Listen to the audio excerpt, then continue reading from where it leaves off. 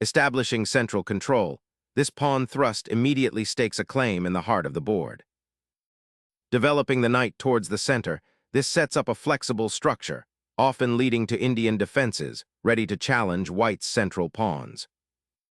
Asserting central space, white immediately challenges black's knight, preparing for an aggressive pawn storm.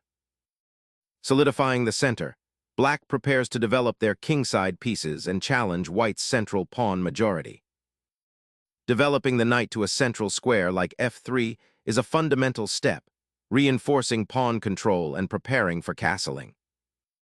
Challenging the center, this establishes a solid pawn structure, inviting a rich strategic battleground with immediate pawn interplay. Solidifying central control, this knight prepares to support the pawn advances and establish a powerful kingside presence. Developing the bishop to its natural square prepares castling and reinforces the center. Preparing to fianchetto the king's bishop, aiming for a flexible pawn structure and enhanced diagonal pressure on black's queenside. Securing the king's safety is paramount, allowing development and preparing for central ambitions without immediate tactical danger. Developing the bishop to g2 establishes a powerful long-range diagonal, aiming towards black's queenside and potentially influencing the center. This fianchetto prepares for castling, consolidating white's kingside defenses while keeping the option of a kingside pawn storm open later in the game. It also supports the pawn on c4 and coordinates with the knight on f3, creating a flexible and active setup for white. Instantly, the knight finds a more supportive square, preparing to join the central skirmish and bolster the kingside. Solidifying the queenside pawn structure, preparing to fianchetto the bishop to a more active square, and reinforcing control over the c4 square are the immediate benefits of this strategic maneuver. It sets the stage for a gradual build-up, aiming for long-term positional advantage rather than immediate fireworks. Solidifying central pawn control and preparing for queenside expansion, this move underscores black's commitment to a robust defensive structure and gradual development, anticipating potential pawn pushes like b4 from white. Casting the king into safety solidifies white's central control and prepares to develop the queenside pieces efficiently, allowing for potential queenside pawn expansion later. Preparing to develop the queen's bishop to a more active diagonal, potentially pressuring white's central pawn structure and influencing the queenside. Clearing the diagonal for the king's bishop, this redeployment aims to bolster the queenside pawn structure and prepare for potential pawn advances like a4. It's a subtle piece of maneuvering, seeking to gradually improve piece harmony and deny black easy entry points into white's position, while keeping options open for a later e4 break. Undertaking a pawn thrust on the queenside often signals a desire to gain space and potentially disrupt the opponent's piece coordination. Here, the pawn ventures forward, aiming to expand black's influence and perhaps prepare a queenside pawn storm or create weaknesses for white's central structure to exploit. Repositioning the knight to d2 prepares a central pawn push or a knight maneuver to the kingside, aiming to reinforce the center while keeping options open for queenside expansion later. Unmasking the queen's bishop, this maneuver boldly pins the knight and contests control of the crucial c4 square, simultaneously preparing a potential advance on the queenside. Solidifying the queenside pawn structure and preventing black's b4 ideas, this maneuver aims to gain breathing room on the flank while preparing for potential pawn advances later on. Embracing the open c-file, black immediately signals their intent to contest central control and potentially generate active counterplay against white's kingside structure. Initiating a bold pawn thrust to contest the center and open up lines for white's pieces, this move aims to seize the initiative and prevent black from comfortably consolidating their queenside development. Black boldly challenges the central pawn structure, immediately simplifying the position and daring white to recapture. This decision aims to disrupt white's harmonious development by forcing a pawn exchange, potentially opening lines for black's pieces and disrupting white's kingside fianchetto. It's a dynamic choice, prioritizing activity over maintaining the existing tension. Opening the b-file offers a direct avenue for your rook, but be mindful of the potential for a doubled pawn structure if black challenges it aggressively. The pawn capture creates immediate tension and forces black to make a decision about their bishop's placement. Its current diagonal is now quite exposed. This exchange significantly alters the pawn structure in the center, potentially paving the way for a more open game where piece activity becomes paramount. Consider how this development impacts the control of the crucial d5 square, which was just contested. The spatial advantage white had on the queen side is now somewhat diluted, so look for opportunities to redeploy your pieces harmoniously. Unleashing central dynamism, black forcefully challenges white's pawn phalanx, aiming to shatter the established pawn chain and open critical lines for active piece play, a bold gambit for initiative.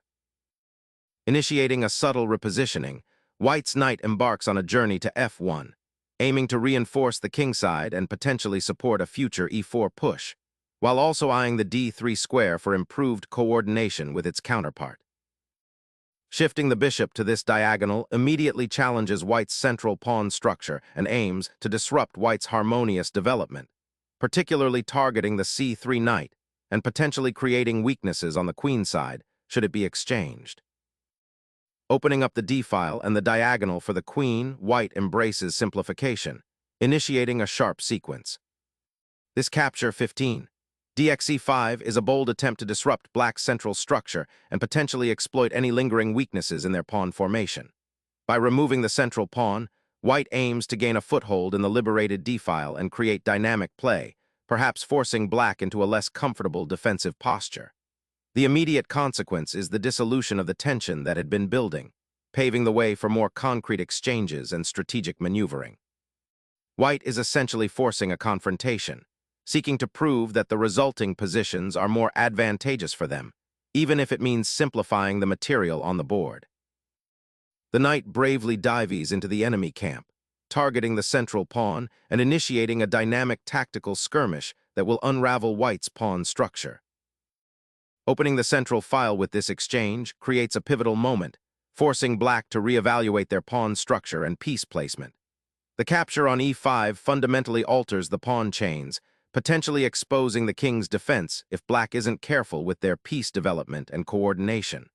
White now has an immediate advantage in central influence and can look to exploit the open lines. Unveiling the queen to attack the knight forces white's hand, immediately creating significant tension around the d-file and challenging white's knight on c3.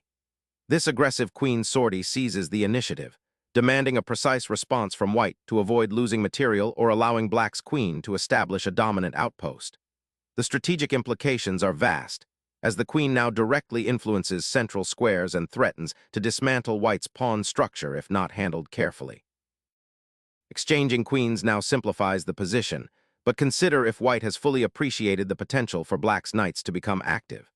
The d2 square is now vacant, which might offer future infiltration routes, and black's bishop on a6 exerts pressure on the queen side that needs careful management.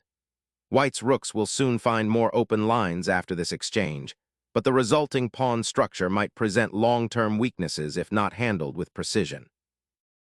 A significant pawn exchange has just occurred, reshaping the central structure and opening lines for minor pieces.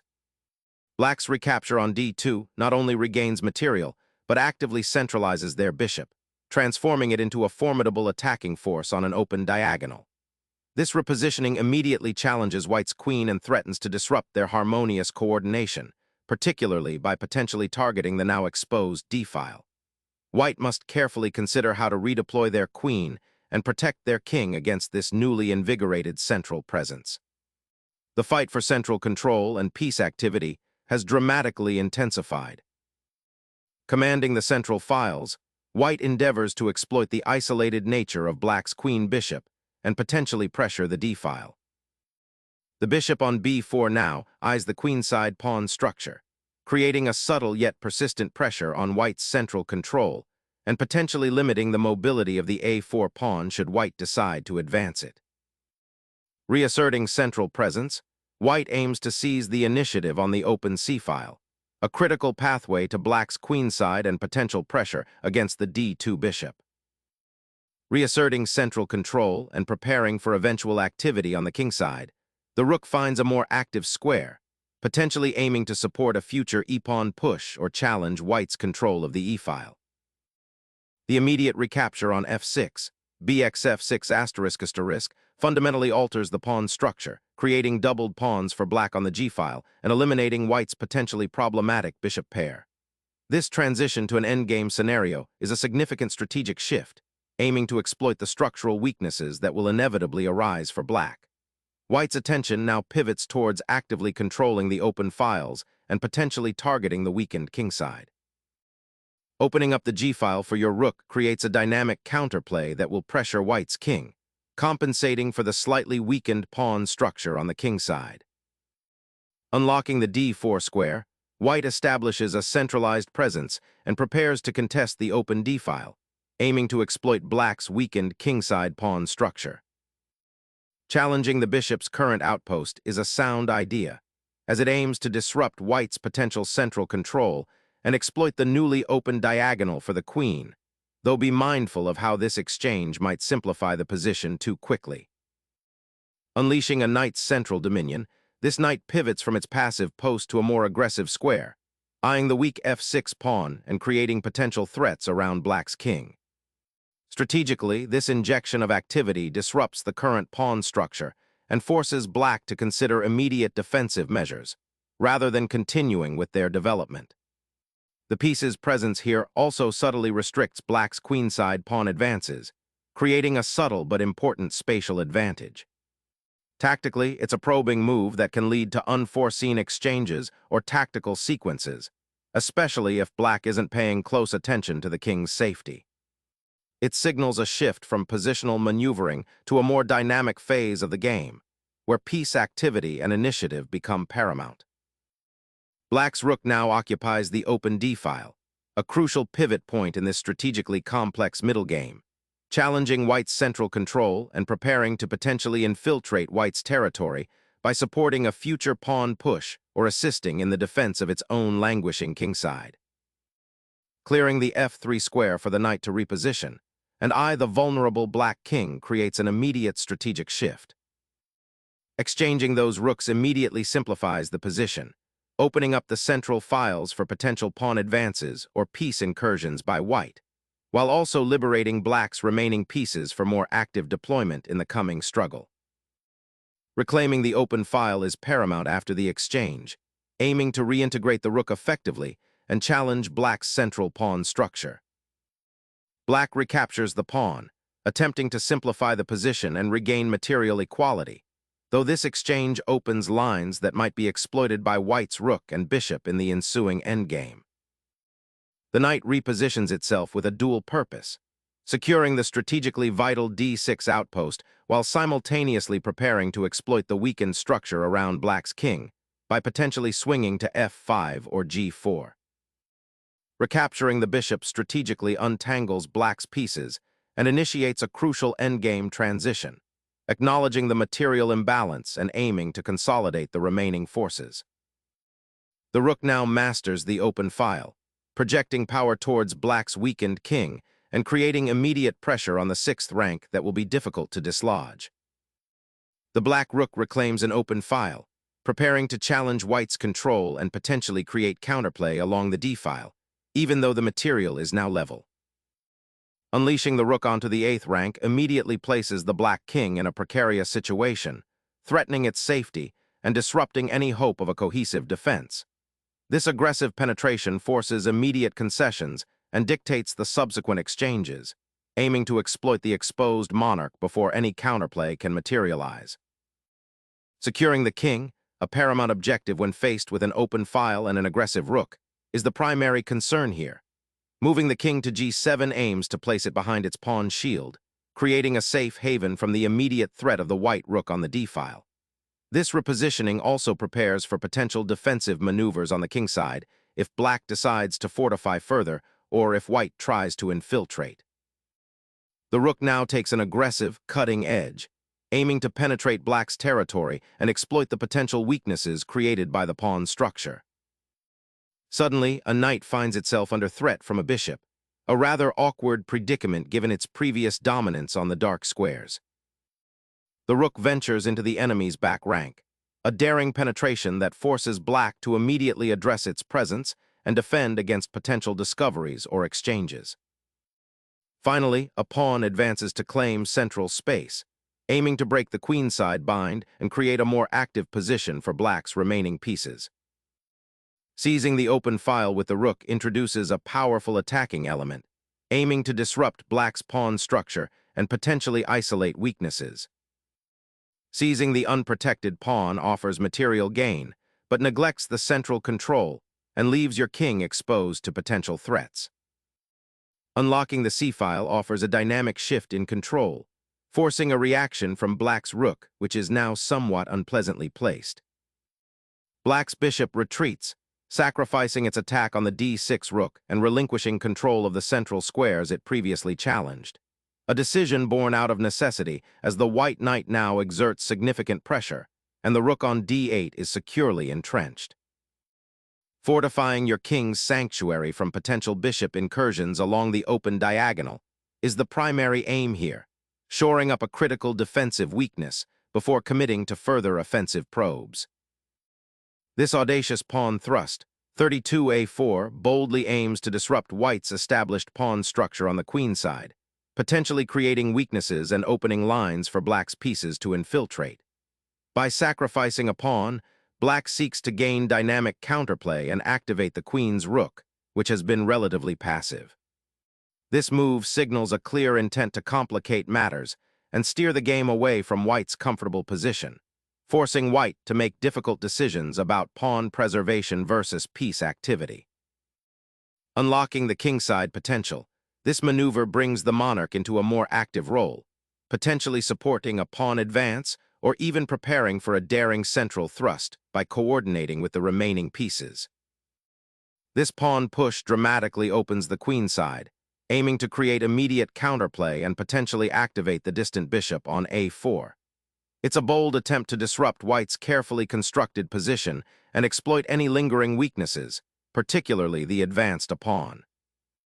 The rook ventures forward, eyeing the potentially weak pawn on a4 and disrupting black's queenside pawn structure. The pawn's advance on b4 forcefully challenges the queenside structure, aiming to disrupt white's coordination and open avenues for black's remaining active piece. Reclaiming that outpost on the file presents a powerful positional threat, aiming to exploit the weakened kingside pawn structure and prepare a decisive rook lift.